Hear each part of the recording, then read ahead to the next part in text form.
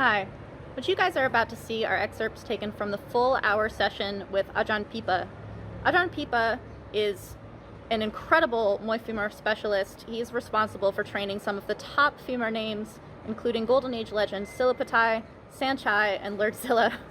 He exudes energy in every single thing he does, and even though I'm not femur, I really enjoyed a lot of the techniques he was showing me and felt like they're things that I can absolutely employ and would like to bring into my own style. So I hope you guys enjoy this excerpt, and I absolutely recommend you check out the full hour session. He's absolutely incredible. You can do so as a patron. Check out the link in the description below.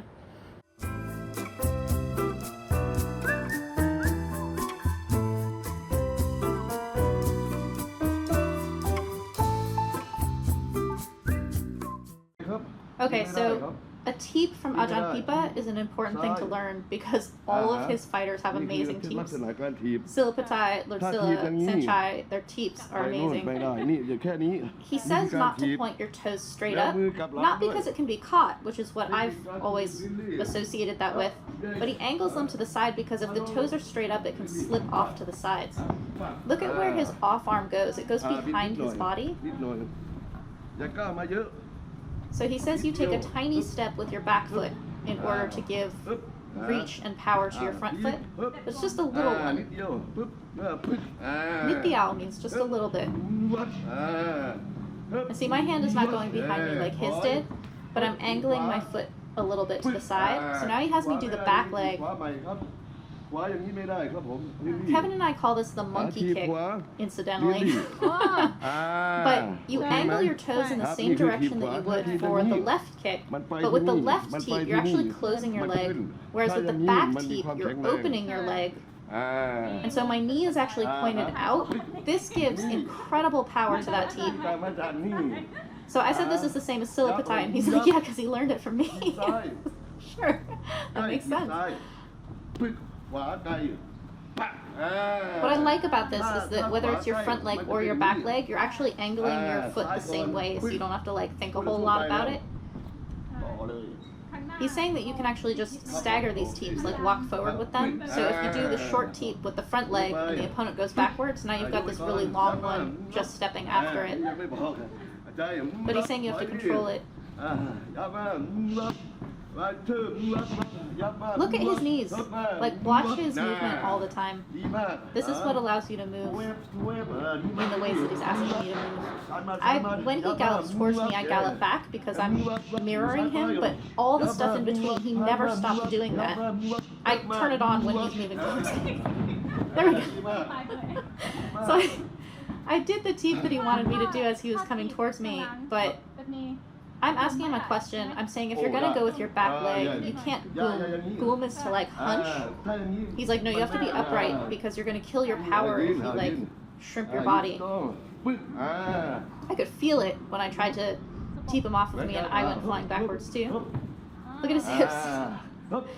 So he's actually faking with his hips. He's like moving them in all these different directions and then the teep comes out of it. You kind of can't see it. I know to grab the insides of the arms. I know this already. I do not know what he's showing me here, which is this beautiful pivot off to the side. But right here, what he's showing me is to actually bring the arm, you let it slip from the elbow down low to the glove and actually put all your torque as you're grabbing their glove. Oh man, they go spinning. It's amazing. That's a real response you're seeing in me right there. When I'm like, oh. It's like, this is awesome. So as he's coming to grab me, see how I go down by the wristband of his glove? Oh, it spins like crazy. You can grab the inside of the elbow in order to control an elbow, but because his weight is all launching at me as I slip down to the glove, by slipping to the like end of the hammer where the weight is, it really sends him spinning.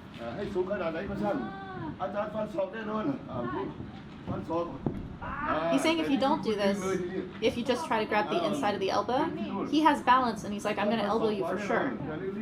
He can't throw that right elbow because I'm pulling his left arm. He's like spinning out. Super important is to let your hands slip down to the to the wristband of the glove, but you also have to step out.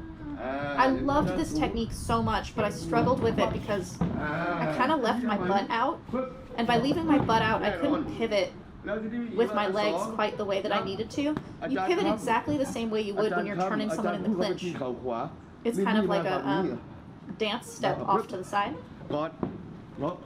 This is the opposite thing to do. So one is to pull him to the side. The other is, as he's coming towards me, to basically slip outside his front arm and use that to grab him like this. And then you have to lock. So basically just carry his front arm to the side and grab him.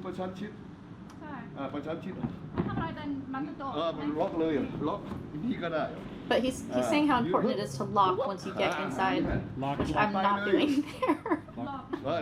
Kevin is telling me I have to lock. See how he locks under my chin? He's actually kind of choking me a little bit. But if you don't lock them, they can move their arm back around you and get out. But if you lock, they can't get out. Right? So he's got this long guard and he's coming in with his knees. So I'm actually turning while one leg is in the air. And so I'm asking him which way to turn. Do you turn towards the leg or away from the leg? He actually has you turning towards the one that's kneeing. So I'm like, if they're coming with their right knee, do you pull that side? So I'm actually, like, my foot is going towards his standing leg, but you're pulling on the same side as the side that's trying to knee you.